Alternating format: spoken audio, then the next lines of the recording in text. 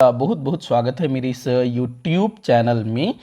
मैं अपने community tab के माध्यम से डेली कुछ क्वेश्चंस कर रहा हूं और अब से मैंने डिसाइड किया है कि इन क्वेश्चंस का डिस्क्राइब वीडियो आप लोगों के लिए लेकर के आऊं। इससे पहले 4 मई 2023 को मैंने जितने भी क्वेश्चंस पूछे थे उनका डिटेल डिस्क्राइब वीडियो 5 तारीख शाम को 8 बजे अपलोड हुआ था। तो ये जो आज का जो वीडियो है ये मैंने 5 मई 2023 को जो भी क्वेश्चंस किए थे ना उन क्वेश्चंस का डिटेल्ड डिस्क्राइब वीडियो है। तो आप लोगों ने जिन भी लोगों ने कल क्वेश्चंस का आंसर किया था वो इस वीडियो को आखिर तक जरूर देखिएगा, खास करके वो जिनको अपने आंसर में कोई डाउट लग रहा हो। सीधे हम लोग क्वेश्चन पर आते हैं। तो भाई पहला क्वेश्चन मैंने पूछा था कि निम्न में से कौन सा क्रांतिकारी महाराष्ट्र से संबंधित था। तो यहां पर अधिकतर बच्चों का जो आंसर है वो 81% फणींद्रनाथ को दिया गया है, जो कि बिल्कुल गलत आंसर है। फणींद्रनाथ ये जो है बंगाल के क्रांतिकारी थे, ध्यान रखेंगे, ये एक बंगाली क्रांतिकारी थे फणींद्रनाथ। और जो भगत सिंह, चंद्रशेखर आजाद, उनके साथ मिलकर के इन्होंने काम किया था। लेकिन यहाँ जो क्वेश्चन है कि महाराष्ट्र से संबंधित कौन थे, तो जो राजगुरु है ना, राजगुरु जो भगत सिंह के साथ जिनको फांसी दी गई थी, वो जो है महाराष्ट्र से संबंधित थे। ध्यान रखेंगे, राजगुरु का संबंध जो है महाराष्ट्र से था। बाकी अगर सुखदेव की बात करें तो ये अपने पंजाब से थे। बाकी जयदेव कपूर करके एक क्रांतिकारी थे, ये ध्यान रखेंगे। तो यहाँ पर राजगुरु जो है महाराष्ट्र से थे। और मैंने पिछले दिनों अपने कम्युनिटी टैब में एक और क्वेश्चन पूछा था कि कौन सा क्रांतिकारी पुणे से गिरफ्तार हुआ था। तो राजगुरु ही जो है पुणे से गिरफ्तार हुए थे। और राजगुरु को भगत सिंह और सुखदेव के साथ 1931 में फांसी दे दी गई थी। तो ये भी ध्यान रखना है आप लोगों को। तो राजगुरु जो है महाराष्ट्र से हैं, फणींद्रनाथ ये अपने बंगाल से हैं। अगले क्वेश्चन को देखते हैं। दूसरा क्वेश्चन जो कि मैंने कल सुबह 10 बजे पूछा था। क्वेश्चन है, प्रांतों में द्वैत शासन की स्थापना किस वर्ष के अधिनियम द्वारा की गई थी। इसका आंसर आप लोगों में से अधिकतर बच्चों ने सही दिया है, 1919। बिल्कुल ठीक है, 1919 में जो मॉन्टेग्यू चेम्सफोर्ड सुधार अधिनियम आया था उसमें प्रांतों में द्वैत शासन की स्थापना की गई थी, जो कि 1935 तक चला था। 1935 के भारत सरकार अधिनियम में प्रांतों में द्वैत शासन को समाप्त कर दिया गया था। तो जिन भी बच्चों ने गलत आंसर किया है वो लोग इसको करेक्ट कर लेंगे। आगे बढ़ते हैं अगले क्वेश्चन की तरफ। अगला क्वेश्चन दिया हुआ है, भारतीय विधिक आयोग का गठन किस वर्ष हुआ था। तो इसका आंसर भी आप में से अधिकतर बच्चों ने जो है अच्छा ही दिया है। सॉरी, इसको एक मिनट। तो भारतीय विधिक आयोग, इसका आंसर भी आप लोगों ने जो है अच्छा दिया है। लगभग 78% बच्चों का आंसर जो है राइट है। तो 1927 में विधिक आयोग का गठन हुआ था। विधिक आयोग साइमन कमीशन को कहा जाता था, ध्यान रखेंगे। मतलब जो साइमन कमीशन है ना, उसका वास्तविक नाम भारतीय विधिक आयोग था। क्योंकि उसके अध्यक्ष सर जॉन साइमन थे, इसी कारण उसको जो है साइमन आयोग या फिर साइमन कमीशन कहा गया। तो जिन भी बच्चों के आंसर गलत हैं वो लोग इसको करेक्ट कर लेंगे। आगे बढ़ते हैं अगले क्वेश्चन की तरफ। अगला क्वेश्चन था जो चौथा क्वेश्चन, जो कि मैंने शाम को 4 बजे पूछा था।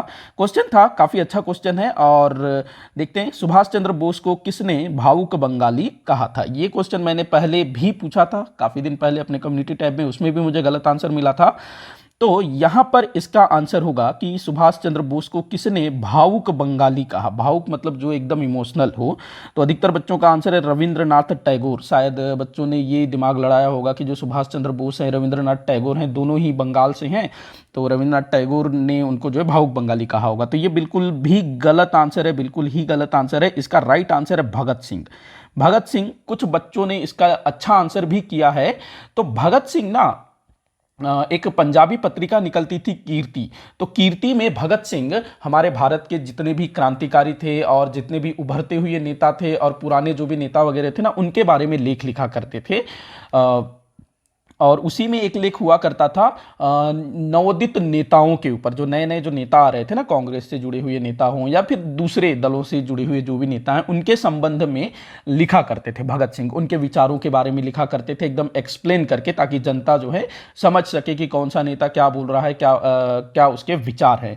तो भगत सिंह जो है कीर्ति पत्रिका में पंडित जवाहरलाल नेहरू के बारे में भी लिखा था और पंडित जवाहरलाल नेहरू से काफ़ी प्रभावित लगते थे भगत सिंह, जो कि उनकी पत्रिकाओं में जो भी लेख छपते थे ना, उसके आधार पर ऐसा बोला जा सकता है कि वो पंडित जवाहरलाल नेहरू से उस समय काफ़ी प्रभावित थे। वहीं जब उन्होंने सुभाष चंद्र बोस के बारे में लिखा अपनी पत्रिका कृति में, तो वहां पर उन्होंने सुभाष चंद्र बोस को एक भावुक बंगाली कहा था। तो ध्यान रखेंगे, आंसर हो जाएगा आपका भगत सिंह। इस तरह के क्वेश्चन जो है यूजीसी नेट या फिर सेट के परीक्षाओं में पूछे जाते हैं, ध्यान रखेंगे आप लोग।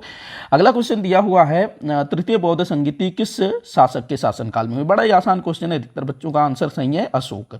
और जिन्होंने भी गलत आंसर किया है उसको करेक्ट कर लेंगे। 4 बार बौद्ध संगीतियां हुई थी। सबसे पहला जो है अजातशत्रु के काल में हुई थी, फिर दूसरा जो है कालाशोक के समय, तीसरा अशोक के समय, चौथा जो है जो कनिष्क है उसके समय हुई थी। इनका समय भी आप लोगों को याद रखना है, जैसे कि जो पहला वाला है प्रथम बौद्ध संगीति 383 ईसा पूर्व, पहला जो है 483 ईसा पूर्व, दूसरा वाला जो है 383 ईसा पूर्व, उसके बाद जो तीसरा वाला है अशोक के समय वाला लगभग 252 ईसा पूर्व के आसपास हुआ था, और चौथा बौद्ध संगीति लगभग 100 ईस्वी में हुआ था। इसके अलावा आपको स्थान भी याद रखना है कि कौन सा बौद्ध संगीति किस स्थान में हुआ था। आप लोग मुझे नीचे कमेंट बॉक्स में बताएंगे कि कौन सा बौद्ध संगीति किस स्थान में हुआ था। आगे बढ़ते हैं हम लोग, लास्ट क्वेश्चन देखते हैं। मैंने 6 ही क्वेश्चन पूछा था। छठा क्वेश्चन जो कि मैंने रात के 10 बजे पूछा था, बोग्गज कोई अभिलेख में किस भारतीय देवता का उल्लेख नहीं है? तो बोग्गज कोई अभिलेख काफी पुराना अभिलेख है, लगभग 14वीं शताब्दी ईसा पूर्व,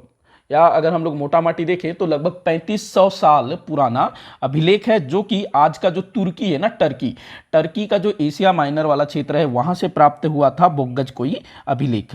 तो इसमें हमारे भारत के या फिर कहें वैदिक धर्म के 4 देवताओं का उल्लेख मिलता है। कौन कौन से ये देवता थे? तो भाई इंद्र का उल्लेख मिला है, मित्र का मिला है, वरुण का मिला है, नासत्य का भी मिला है, लेकिन अग्नि का जो है उल्लेख नहीं मिलता है। तो यहां पर पूछा गया है कि किसका उल्लेख नहीं है, तो यहां पर आपका आंसर हो जाएगा अग्नि।